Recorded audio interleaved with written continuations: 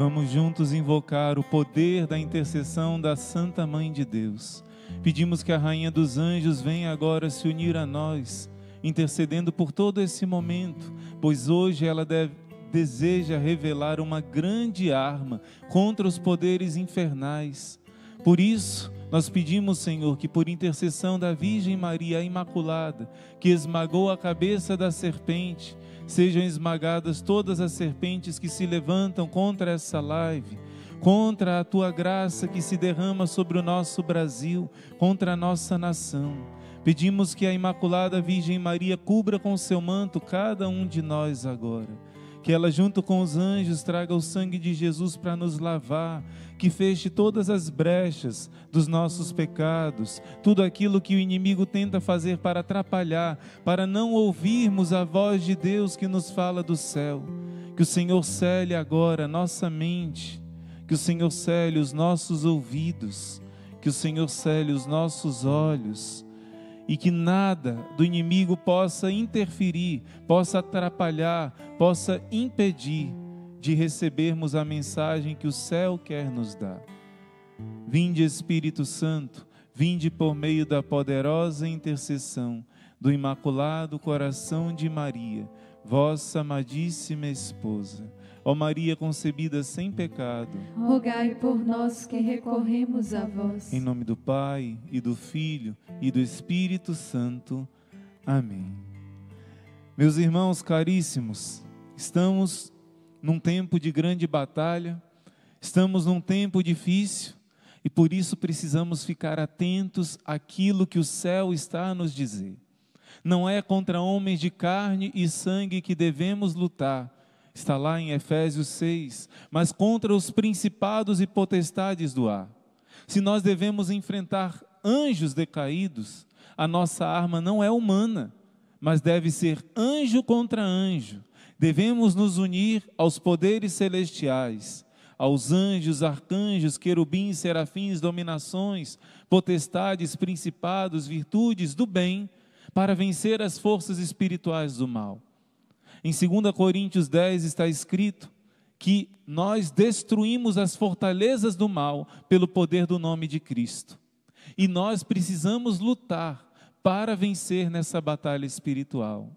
Porém, o céu vem nos dar o socorro, o céu vem nos dar o auxílio. E quando nós realmente prestamos atenção, como no Antigo Testamento os profetas falavam, quando se ouviam os profetas, o Senhor livrava o seu povo dos perigos.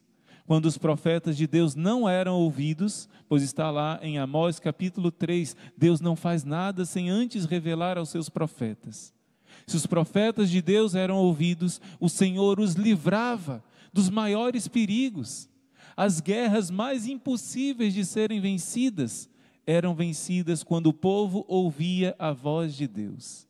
E hoje o Senhor quer falar ao nosso coração, de uma maneira muito forte. O Senhor quer mostrar como Ele ouve a súplica dos seus servos, que sabem clamar. Eu queria abrir com você a palavra de Deus, no primeiro livro de Samuel, no capítulo 1, a partir do versículo 4. Nessa passagem bíblica vai nos falar de um homem. Para nós aqui no Brasil esse nome é estranho, parece um nome de mulher, né? Mas Eucana, em hebraico, é o nome de um homem que tinha duas mulheres. Nessa época ainda não existia a lei que impedia de ter duas mulheres, né? Por isso esse homem tinha Fenena e Ana. Porém, ele amava muito Ana, mas para um judeu não ter filho era a pior desgraça que existia. Como se fosse um grande castigo por algum grande pecado ou uma maldição que veio dos seus antepassados. E se sofria muito, diferente de hoje muitas vezes, né? Eu sei que existem pessoas que lutam para engravidar e ter filho, mas eu digo que até pessoas que lutam para engravidar e ter filho, depois querem colocar limites nos filhos. No dia do casamento, todos prometem, você está disposto a dar a Deus quantos filhos Ele quiser lhe enviar? E a pessoa diz sim, mas depois quebra esse pacto que foi feito com o Senhor, não é? Então, esse é um assunto que a gente não vai aprofundar agora. É diferente quando, por motivo justo e grave, com a orientação do diretor espiritual, se usa os métodos naturais, né? Se realmente existe um motivo grave. Mas hoje em dia querem limitar o número de filhos. Isso é muito triste aos olhos do Senhor. Para o povo de Deus sempre foi uma grande bênção a fecundidade. E essa mulher chamada Ana, ela não tinha filhos. E isso para ela já era um motivo de grande dor. O seu esposo consolava ela, dava presentes a ela, e diz: o meu amor não vale muito mais do que filhos. Da mesma forma você vai ver a história de Jacó com a sua esposa Raquel, acontece a mesma história. Mas ela sente essa grande dor. Mas além de tudo isso, a outra mulher, Fenena, começa a humilhar a ela profundamente, mostrando que ela tem o ventre seco, que ela é amaldiçoada, e começa a zombar e humilhar a essa mulher. O que acontece? Ela sofre profundamente. Ana chorava e já não se alimentava. Então o seu marido lhe dizia: Ana, por que choras e não te alimentas? Porque o teu coração está triste? Será que eu não valho para ti mais do que 10 filhos? Depois que comeram e beberam, Ana se levantou, e o sacerdote Eli estava sentado em sua cadeira, na porta do santuário do Senhor. Na amargura de sua alma, ela orou ao Senhor e chorou muito, e fez um voto a Deus, dizendo: Senhor dos exércitos, se quiseres dar atenção à humilhação de tua serva, e te lembrares de mim, e não te esqueceres da tua serva, e lhe deres um filho homem, então eu consagrarei ao Senhor por todos os dias de sua vida. E a navalha não passará sobre a sua cabeça, um sinal de consagração dos nazireus. Para os judeus, eram pessoas que se consagravam totalmente ao serviço de Deus. E como ela prolongasse a sua oração diante do Senhor, o sacerdote Eli observava sua boca que mexia, apenas murmurava com seus lábios que se moviam, mas ele não conseguia ouvir o que ela dizia. Por isso ele pensou que ela estava embriagada, e lhe disse: até quando estarás embriagada? Livra-te do teu vinho. Ana, porém, respondeu assim: não, meu senhor, eu sou uma mulher atribulada. Não julgues a tua serva como uma mulher perdida. Mulher perdida na Bíblia significa uma prostituta. É por excesso de sofrimento e de afrontas que eu tenho falado até agora. Então o sacerdote a abençoa e diz: vá em paz, minha filha, e que o Deus de Israel te conceda o que lhe pediste. Respondeu-lhe ela: ache a tua serva graça aos teus olhos. E a mulher seguiu o seu caminho, comeu, e o seu aspecto não era mais o mesmo. Meu irmão, minha irmã, enquanto essa mulher chorava diante do seu marido, que ela amava tanto, e que a amava profundamente, a amava até mais do que a outra, ela não encontrou consolo no seu coração. O marido diz: o meu amor por ti não vale mais do que 10 filhos. E isso não consolou o seu coração. Mas quando ela chorou diante do Senhor, esse choro alcançou para ela a restauração. Diz que ela já não era mais a mesma. O seu aspecto mudou. Ela foi reconfortada no coração, porque ela teve a certeza que ela foi ouvida na sua prece. E o que aconteceu? O versículo seguinte vai dizer que logo em seguida, ela e seu esposo se uniram e ela concebeu, engravidou de um menino. Mas antes de receber a graça, o seu coração já foi pacificado, reconfortado, porque ela tinha certeza que Deus ouviu as suas lágrimas. Você entende a diferença de chorar no lugar certo? Às vezes até a pessoa que você mais ama, seus pais, seu esposo, sua esposa, seus filhos, um grande amigo, uma grande amiga, mesmo assim, aquele conforto não preenche totalmente o seu coração. Claro que ajuda. Por isso devemos ajudar nossos irmãos que choram. Mas nada se compara a um choro diante do Senhor. Como diz o Salmo 29, se à tarde vem o pranto visitar-nos, de manhã nos vem saudar a alegria.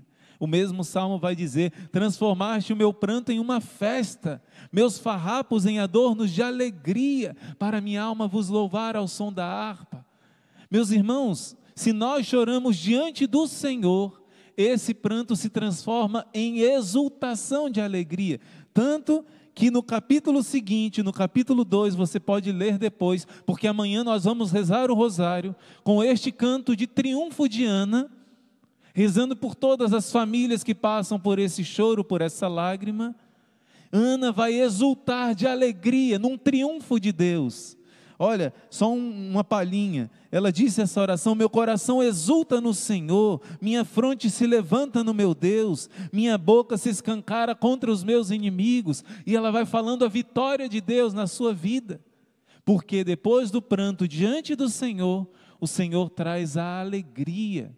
Isso acontece em várias passagens da Bíblia. Você vê, por exemplo, lá no livro do profeta Isaías, você vê um rei chamado Ezequias, um rei muito bom, mas esse rei iria morrer, e o profeta disse: olha, arruma tuas coisas porque você vai morrer.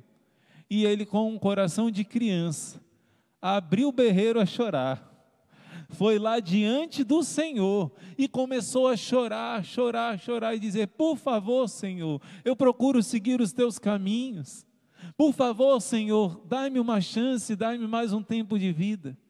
Então o profeta Isaías o procura e diz: uma palavra do Senhor foi proferida para ti, tu viverás mais 15 anos ainda. Está vendo? O que é chorar diante do Senhor, não em espírito de murmuração, mas como coração de criança, confiante, pedindo ao seu Pai do céu o socorro. Deus não rejeita as lágrimas dos seus filhos. Para de chorar no lugar errado. Para de chorar do jeito errado. Que seja um choro de confiança e de entrega, sabendo que Deus faz o melhor.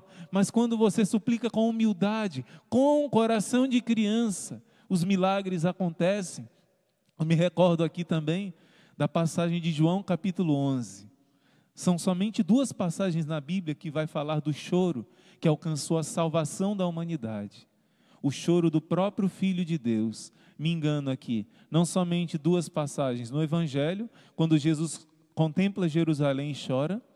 Existe uma igreja lá em Jerusalém chamada O Senhor Chorou, né? Dominus Flevit, mas também são 2 no Evangelho, mas na carta aos Hebreus vai dizer que Jesus, durante os seus dias na terra, clamou em súplicas e lágrimas ao Pai que poderia o salvar, e foi atendido graças à sua oração. Foi atendido não de não morrer na cruz, porque isso ele disse: Senhor, se foi para essa hora que eu vim, que direi, Pai, livra-me dessa hora. Mas foi para essa hora que eu vim, Pai, me dá força, glorifica o teu nome. E Jesus foi atendido, cumpriu a sua missão, cheio do Espírito de Deus, cheio da força do Senhor, do Pai do céu, né? Um só Deus com o Pai e o Espírito Santo. A lágrima de Jesus é a lágrima que alcançou a salvação, mas junto a essas lágrimas veio se unir a lágrima de uma mulher, chamada Maria Madalena, a irmã de Marta e Lázaro. Quando Maria Madalena chora aos pés de Jesus, Jesus fica abalado, Jesus chora também, e ela alcança um milagre de um irmão seu, que estava 4 dias, já estava apodrecendo o seu corpo. Jesus gritou: Lázaro, vem para fora. E Jesus fez um milagre daquilo que parecia impossível, graças às lágrimas de amor e de humildade, de confiança de Santa Maria Madalena. Você está entendendo o poder da lágrima de uma pessoa que confia no Senhor? Hoje no Rosário nós meditamos o canto de Maria, o Magnífica. E no canto de Maria tem alguns resquícios do canto de Ana, que amanhã nós vamos rezar. Deus vai te dar o triunfo depois das suas lágrimas, pois a palavra de Deus está prometendo. Depois desse pranto diante do Senhor, nos vem saudar a alegria. Uma festa, o Senhor transformou o meu pranto em uma festa. É Deus na sua palavra que te faz a promessa. Mas é preciso que esse pranto seja diante do Senhor. É preciso que saibamos rezar, saibamos clamar com um coração de criança. E o Senhor faz esse milagre. Meus irmãos, talvez vocês estejam perguntando: por que, irmão, você está falando tanto das lágrimas? Por quê? Porque eu vou contar para vocês hoje algo que eu não sabia. Eu descobri agora há poucos dias. Eu já conhecia uma aparição de Nossa Senhora que falava várias coisas interessantes, mas ela está dando uma arma para esse tempo difícil que as nossas famílias vivem, que o Brasil vive. Eu quero só mais uma lembrança aqui. Eu lembro de o primeiro nome Maria na Sagrada Escritura, foi o nome dado à irmã de Moisés, Miriam, que no original em hebraico, provavelmente esse nome vem do Egito, porque ela morava lá no Egito, o povo estava 400 anos no Egito escravo, e esse nome Miriam, também traduzido por Mara, que significa amargura. A irmã de Moisés teve esse nome que depois se tornou o nome da Virgem Maria. Um dos muitos significados, Senhora, Estrela, né? Geradora de Deus, são lindos os significados do nome Maria, mas o primeiro significado do nome da irmã de Moisés, Miriam, é Mara, amargura. E essa mulher que viveu a amargura da escravidão no Egito, foi ela que depois que Moisés atravessou o Mar Vermelho, essas lágrimas de amargura se tornaram uma festa. Gente, eu queria estar lá, quando acabou de passar o Mar Vermelho, mais do que ver o Mar Vermelho se abrindo, eu queria ver a festa que Miriam fez, não é, irmã Miriam? Que Miriam fez depois que passaram o Mar Vermelho. A irmã de Moisés, Miriam, foi ela que liderou o louvor, ela foi uma mestra de louvor. Ela que teve toda essa amargura do passado, quando viu a libertação desses 400 anos de escravidão do seu povo, ela pegou o seu tamborim, começou a cantar e dançar, como dizem os salmos, e o povo todo exultou de alegria, como diz o salmo: transformaste o meu pranto em uma festa, meus farrapos em adornos de alegria. Por isso, essa que tinha amargura, Miriam, Mara, se tornou a Senhora, se tornou cheia do Espírito, cheia do louvor de Deus. Assim como Ana chorava e fez um grande canto de triunfo, muito mais do que todas essas mulheres do Antigo e do Novo Testamento. Miriam, Ana, Ruth, todas elas, até Maria Madalena, que viu seu irmão ressuscitado e depois viu Jesus ressuscitado, transformou seu pranto em uma festa. Nenhum pranto se compara com a nova Miriam, com a Virgem Maria. Eu quero mostrar para você aqui o Catecismo da Igreja Católica, que vai nos ensinar, você depois pode ler com calma, número 618, que a cruz de Cristo é um único sacrifício redentor. Ele é o mediador único entre Deus e os homens, porque na sua pessoa divina que se fez carne, ele se uniu a cada pessoa humana, e a todos deu a possibilidade de se associarem ao mistério da sua ressurreição, por um modo que só Deus conhece. Ele convida todos os discípulos a também tomarem sua cruz. Nós também precisamos participar das lágrimas de Jesus. Se ele que não teve pecado passou pela dor, nós também passamos num grau muito menor, mas precisamos seguir o caminho de Cristo. E vai dizer, ele nos deixou o exemplo a seguir para que sigamos os seus passos, diz a carta de São Pedro. Também ele passou pela cruz, nós devemos passar. De fato, ele quer associar o seu sacrifício redentor àqueles mesmos que são os primeiros beneficiários. Isso se realiza em sumo grau em sua Mãe Santíssima, associada mais intimamente do que qualquer outro ao mistério do seu sofrimento redentor. Ninguém nessa terra, eu quero lembrar a você, o único sacrifício que nos redimiu e nos salvou foi o sangue de Cristo, as lágrimas de Cristo, o sacrifício de Cristo. Mas nenhuma criatura na terra, você viu, pelos méritos do Senhor é que Madalena conseguiu a ressurreição e que todos os outros conseguem as graças. Mas o catecismo está dizendo, se o sacrifício tem um poder unido ao de Jesus, ninguém se uniu mais a Jesus e tem um mérito maior diante dele do que as lágrimas da Virgem Maria. E olha só, gente, eu mesmo estou dizendo isso para você de primeira mão, porque eu nunca tinha lido isso antes. Olha o que Nossa Senhora está dizendo para o Brasil agora. Em outras aparições ela já tem falado parecido, mas nessa aparição em Campinas, para uma irmã chamada Irmã Amália de Jesus Flagelado, essa irmã teve os estigmas de Jesus, teve a coroa de espinhos mística de Jesus, teve o coração transverberado pelo anjo, como Santa Teresa d'Ávila e outros santos. Uma santa brasileira, não é canonizada ainda, mas tem todos os sinais de santidade, teve uma vida de santidade, está no processo. Essa irmã teve aparições de Nossa Senhora e de Jesus, que foram aprovadas pelo bispo de Campinas. Na época até foi um pouco divulgada, hoje muito pouco conhecida, e algumas coisas estão se divulgando mais agora. Eu confesso que esse texto que eu vou ler para você, eu nunca antes tinha ouvido falar. Numa hora propícia, que estamos fazendo a novena pelo Brasil, vem parar nas nossas mãos esse texto tão forte. Ouve com muita atenção. Nossa Senhora disse, Nossa Senhora das Lágrimas, aos brasileiros, em maio de 1935, por causa de grandes ameaças que nessa época o Brasil estava passando. O Brasil me pertence, sobre ele eu estendi o meu manto protetor, porém, é necessário que este povo venha a mim, entrando na minha arca. Lembra que a gente renovou a consagração ao coração de Maria, e é necessário renovar sempre, todo sábado pelo menos, todo dia, claro, mas sábado é o dia dedicado a Nossa Senhora. Por isso a importância de estarmos juntos amanhã no Rosário.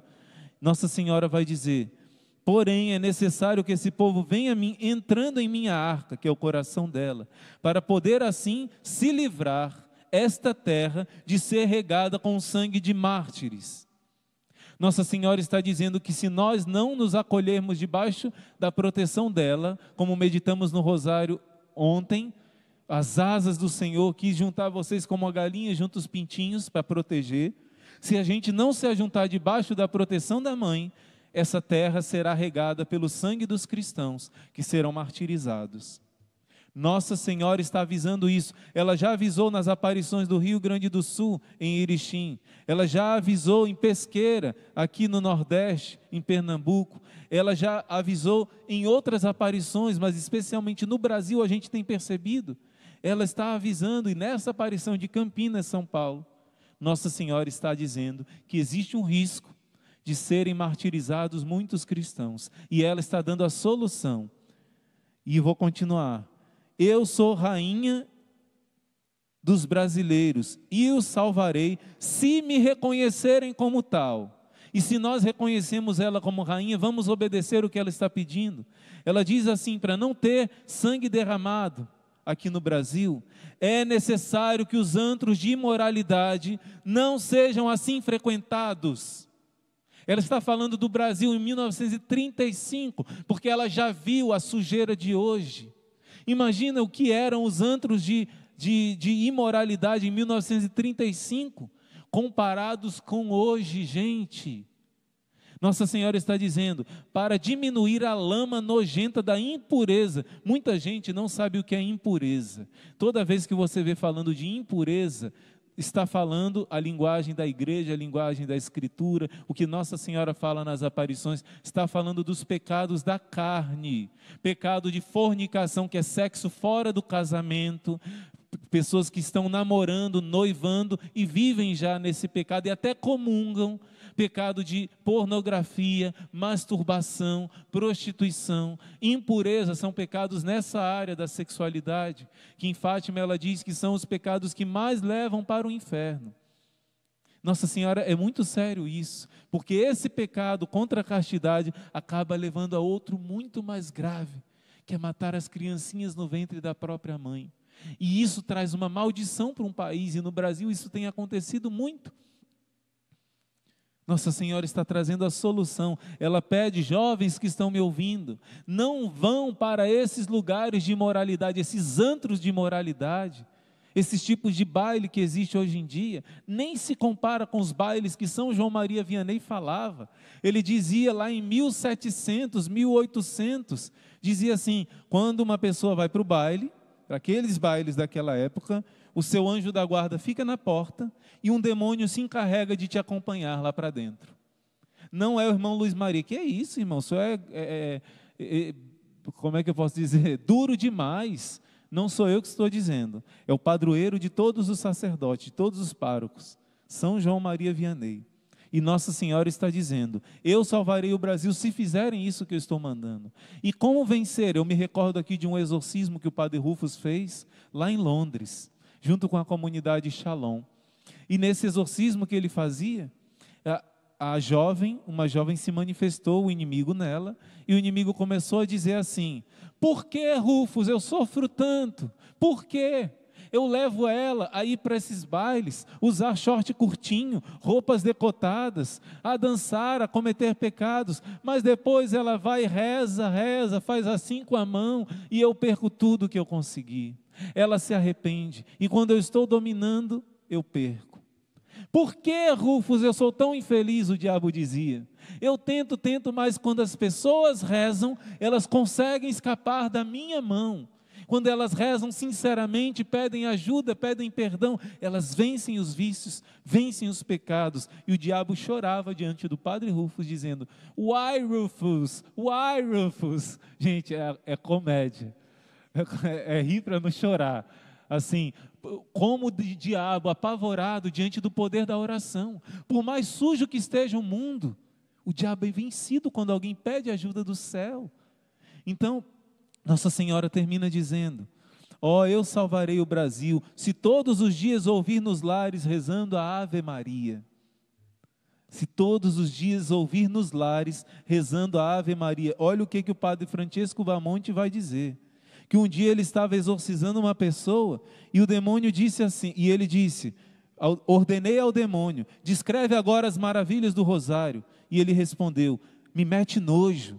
E eu disse: mas para nós é maravilhoso. Em nome de nosso Senhor Jesus Cristo, que deu a Virgem Maria por mãe a cada um de nós, descreve agora todas as coisas que te metem nojo e que para nós são boas. E o demônio disse: o rosário descreve todo o itinerário que ele ofereceu por vocês e que custou tanto sofrimento não só a ele, mas também a sua mãe, para vos salvar a todos, para vos abrir as portas do paraíso. Ele sofreu tanto, ela sofreu tanto quanto o filho, e expiou juntamente com ele os vossos pecados. É por isso que cada conta do rosário, cada Ave Maria, é uma lágrima daquela mulher que sofreu durante 3 anos junto com ele, padeceu por vós enquanto ele evangelizava, curava. Se meditardes os mistérios dessa arma, o rosário, vocês se unem ao sofrimento deles, de Jesus e Maria, não é? E de todos os sofredores que ele, Jesus, escolheu, como esta mulher, a mulher que estava possessa e que rezava. Em outra ocasião ele vai dizer: eu louvava o coração de Maria e o demônio me disse: o seu coração é a nossa dor. Por mais que nós tenhamos esmagado esse coração, tanto mais ela nos esmagou. Quanto mais ela sofria, tanto mais nós sofríamos. Nós queríamos gozar, vendo ela sofrendo, mas ela, ao contrário, nos matava com o seu pranto. As suas lágrimas são como um fogo que nos mata. E agora eu termino, meus irmãos, dizendo o que Nossa Senhora está dizendo como arma. Olha o que ela fala: que salvará o Brasil, se nós acolhermos o que ela está pedindo, se cada lar se rezar a Ave Maria. E depois ela vai dizer: eu salvarei o Brasil se ouvir em todas as casas ao menos uma jaculatória da minha coroa de lágrimas. Ó Virgem dolorosíssima, vossas lágrimas derrubaram o poder infernal. Eu peço para a irmã agora colocar essa imagem, se for possível, que eu vou deixar no Telegram essa imagem. Se você quiser imprimir, se você quiser colocar na sua casa, aliás, se você quiser não, é um pedido de Nossa Senhora, que ao menos uma vez por dia se reze nos lares, pelo menos essa jaculatória.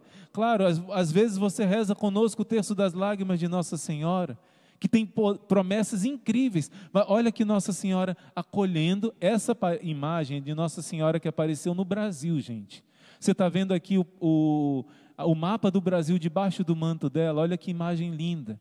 Bem nessa novena que estamos vivendo, para o dia do Anjo do Brasil, dia 7 de setembro, o Brasil envolto aí nesse rosário das lágrimas dela. Claro que não dá às vezes para a gente rezar todas as devoções, mas pelo menos essa jaculatória, você ter na sua casa, colocar um quadro ou colocar escrito, para você rezar com frequência. Nossa Senhora está prometendo, se pelo menos no Brasil eu ouvir a jaculatória em todas as casas, da minha coroa de lágrimas, ó Virgem dolorosíssima, vossas lágrimas derrubaram o poder do império infernal.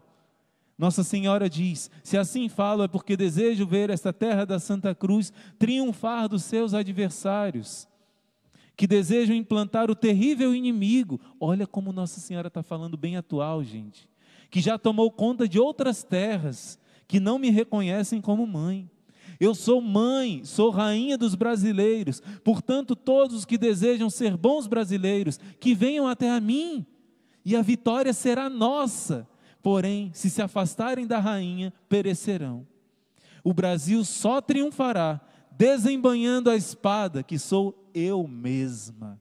A igreja chama Nossa Senhora de Torre de Davi, porque o povo de Deus, ali na Torre de Davi ficavam as armas, as espadas e os escudos. Quando vinha uma invasão, todo mundo passava pela torre, cada um pegava a sua espada e seu escudo e vencia uma batalha. Nossa Senhora, lembra que ontem o Espírito Santo pediu que cada um fizesse um baú e colocasse lá todas as armas que você tem recebido? Nossa Senhora é esse baú, ela é a Torre de Davi.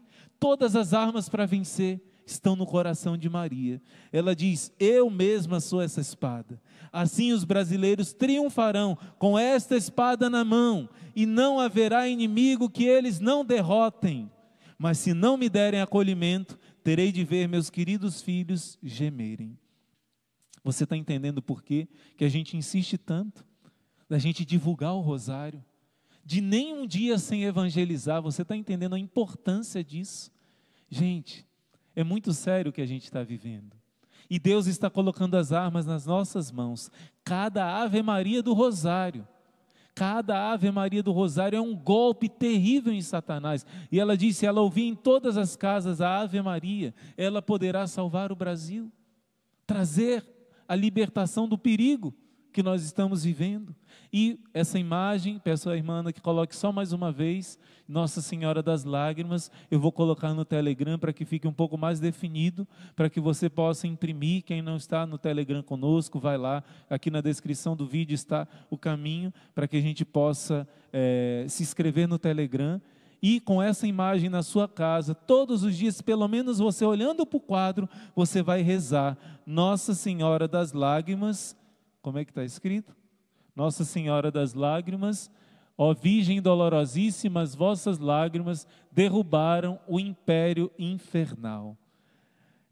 Nosso tempo já foi, eu queria pedir a vocês agora, a parte desse rosário, as promessas que Jesus faz desse rosário das lágrimas, não dá tempo de falar agora, mas eu posso deixar também lá no Telegram para vocês que quiserem aprofundar. São promessas incríveis de destruir o poder do inferno. Eu queria preparar o nosso coração agora para o terço do combate, para esse momento especial de clamor. Gente, os anjos se movimentam no céu. Quando esse exército pede pelos méritos de Jesus, pelas lágrimas da Virgem Maria, quando nós nos levantamos, o inferno treme quando esse exército começa a rezar o terço do combate. Porque os anjos começam a ser enviados, multidões e multidões de anjos. Se fosse só uma ou duas pessoas rezando, o Senhor já movimentaria o céu. Mas olha agora, quase 50 mil guerreiros unidos, clamando aos anjos de Deus, que abalo no poder do inferno. Jesus e Maria estão conosco, São Miguel com a sua espada está conosco, mas é preciso clamar. Por isso agora, vamos com essa canção, vamos cantar, antes de compartilhar mesmo, canta esse refrão: socorre-nos, ó Mãe. Nossa Senhora nunca fica indiferente a súplica dos seus filhos, e Deus não pode deixar de atender quando Ele vê a sua filha predileta, a sua mãe amada, a sua esposa clamando com lágrimas nos olhos pelos seus filhos. O coração da mãe é tocado quando nós rezamos, e quando Deus vê as lágrimas de Maria, as forças do inferno são destruídas. Se for possível agora, faça esse gesto de erguer suas mãos. Se você quiser, até pode erguer bem alto, num gesto de quem quer tocar a Mãe do Céu. Pedir o auxílio, porque o povo está passando realmente por tempos difíceis. É um esticar as mãos como quem deseja clamar socorro, porque sozinhos não conseguimos. E com as mãos erguidas, clama: socorre-nos, ó Mãe. Pede o auxílio dessa mãe. Socorre-nos, pelas lágrimas da mãe. Socorre-nos, ó Mãe. Socorre-nos. Socorre-nos, ó Mãe. Socorre-nos, ó Mãe. Nós olhamos para Ti, Mãe, e clamamos o Teu auxílio, o Teu socorro. Socorre-nos, ó Mãe.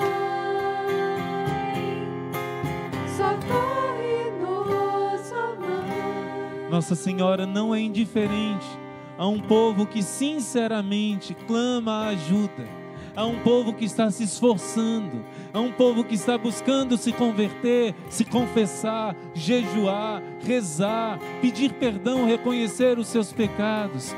O céu não é indiferente.